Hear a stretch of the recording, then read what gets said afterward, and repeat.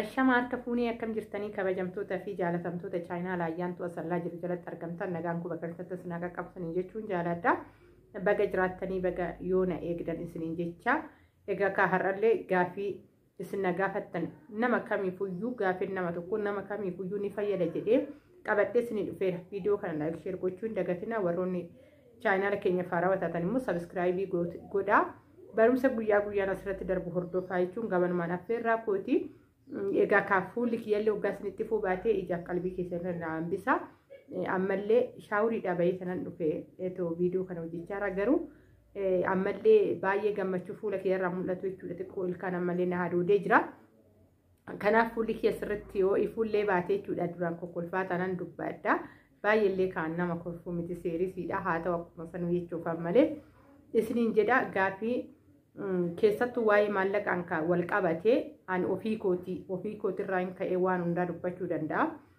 Fuula waliin beeknu qarshii gaafa erginu namarraan bilbila arganneeti.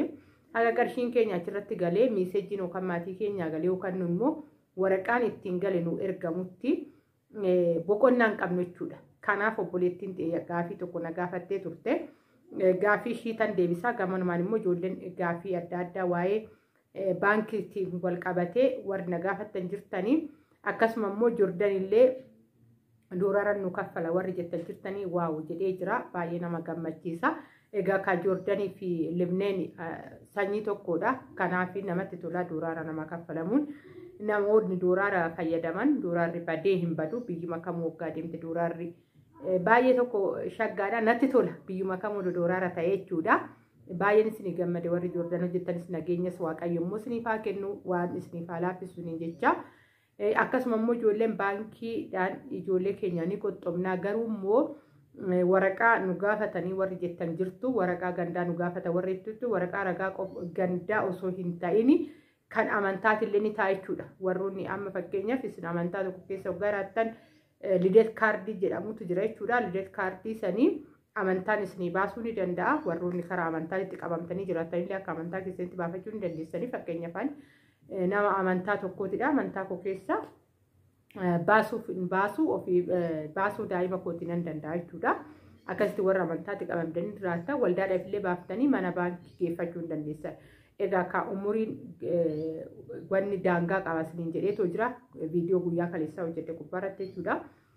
Umuriin 8 haga 9 dhumaadha 10 iyyuu furatan jechuudha.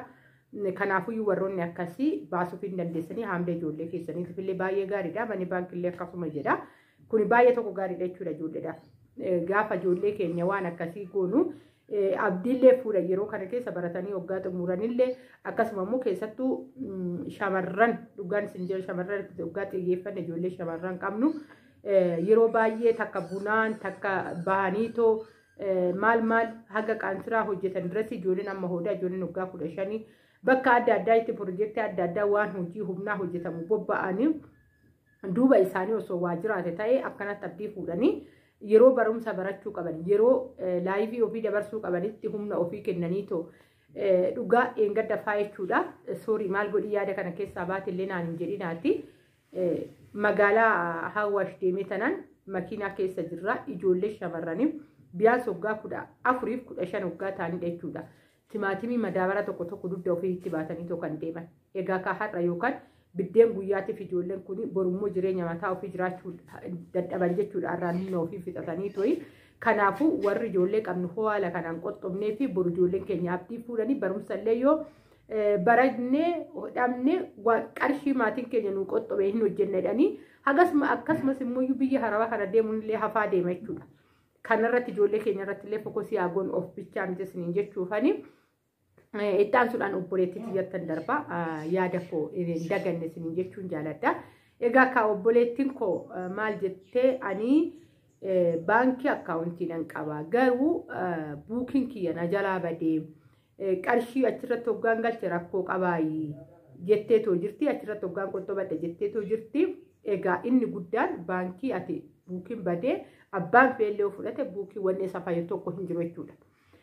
Ani ofumarraa hin kaasetu isiniif himaa ani fakkeenyaaf Hawaash baankii yeroo kutaa 9 baradhu baasee firmaa isaatti fi firmaan amma erganuuf ga'e yookaan mallattoon mallatteessu garaagarummaa qaba. Yeroo sanitti achi ani yeroo wayii qarshiin achirratti galee ture. Qarshumti jechuudha achirratti meeqoo baankii kanaa sochaasu jedhee tan Awaash baankii irratti qarshii koo galchee gaafaan baafachuu dhaqu mallattoo yeroo meeqatti deebi'e sitti niman jechuudha. Inni guddaan maaliif mallattoo kee qofa beeki ati qarshii naa galuu gaafa galte daftara na jalaa badettee achumatti daftara sii baasan homaa rakkoon hin jiru jechuudha. Kanaafuyyuu gizee meeqatti rakkadhee makaraa koo argee Ingiliffaan barreessaa kan Amaariffa barreessuu hoggaa wallal namaan naa barreessaa hin jedhaani makaraa koo nyaaddee maalumatu maali jedhee achi ani keessa seenee gaafannaan mallattoon kee kanaadha ammaachi mallattoo kana yoo mallatteessuu baatte siif hin kennamu deemiti mallattoo kana mallatteessinaan jedhanii mallattoo san mallatteesse ani dhiyoo kana achi akkaawunticha sannan cufe jechuudha. Sababbiin isaa mallattoo yeroo san mallatteessuu fi mallattoo yeroo kana mallatteessu garaagarummaa qaba waan ta'eef eenyumtuu qarshii kee mallattoo keetiin atuumtuu mallattoo keessaa hundagatte taanaan qarshii isa furachuu hin dandeessu. Kanarratti of eeggannoo guddaa godhaa isin jechuu jaaladha.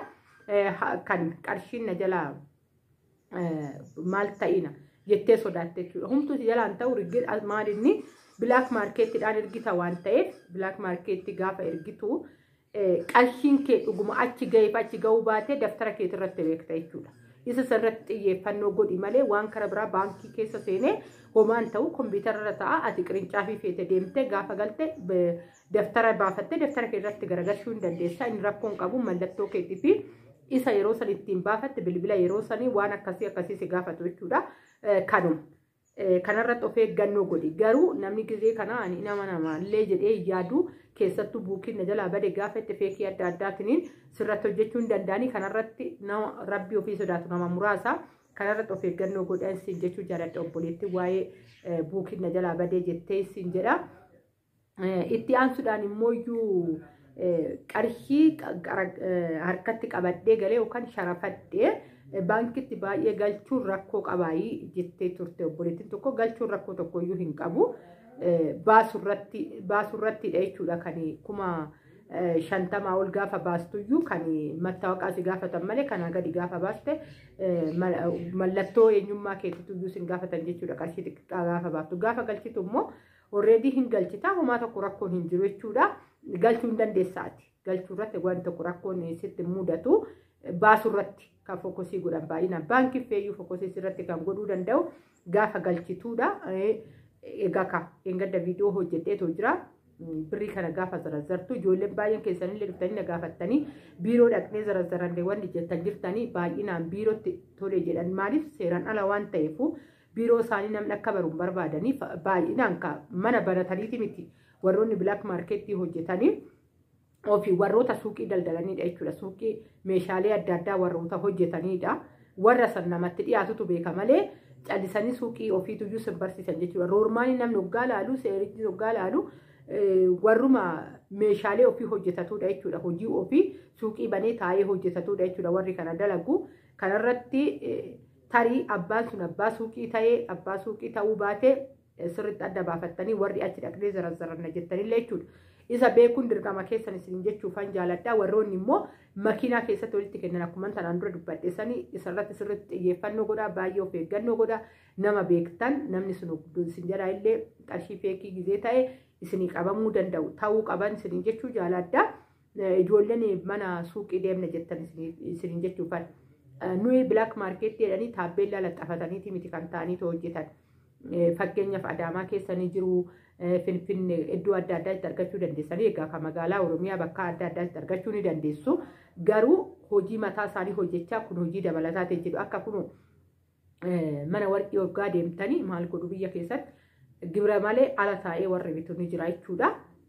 Kiisii keessatti akka moobilaatitti wanni ofii qabataniitu deemu callisaniituma barandaa jala tattaa'u jechuudha. Manuma warqii zim jedhaniituma barandaa jala tattaa'u gizee ati achii baate yookaan gurguruu waan akkasiisanii gaafa deemtu nama qabanii achitti gibira tokko ittiin baasanii akkasitti hojjetan jechuudha. Kanaafiyyuu bantuun akkasii sun ni jiru. Isa immoo isintu of eeggannoo godhuu danda'a. Warroonni akkasii sun amma oduma fakkeenyaaf warqii gurgurtanii jechuudha. Fakkeenyaan isiniif dubbachaa jira. Warri keessa taa'e suuqii isaaniitti gaafachuu dandeessu. Borutti deebitanii qabamuu dandeessanii. warroonni ala taa'e sun immoo boru bakka sanitti isin eeganii miizana ofii kiisii keessaa akka moobaayilatti baasanii mazanatu qarshii intaanesitti kennanii isaan achi sokkuu danda'u jechuudha. Deebitus eenyu qabda eenyu argita osuma qabdee iyyuu maaltu si beekaan hojii akkanaatan hojjedhasin jechuu danda'a. Kanaafuyyuu bakka kanaa kanallee deemtanii hoggaa zarazarattan teekir sirriitti of eeggannoo godha. Maaliif ani maalittan beekaan kanan daldaladhu suuqii kootisin jechuu danda'a. Wanni fiddu tokko homtuyyuu jiru. Wanti hunduu gaafa si harkaa hin bahin qofaadha. Kan ati waa'ee kee beektu.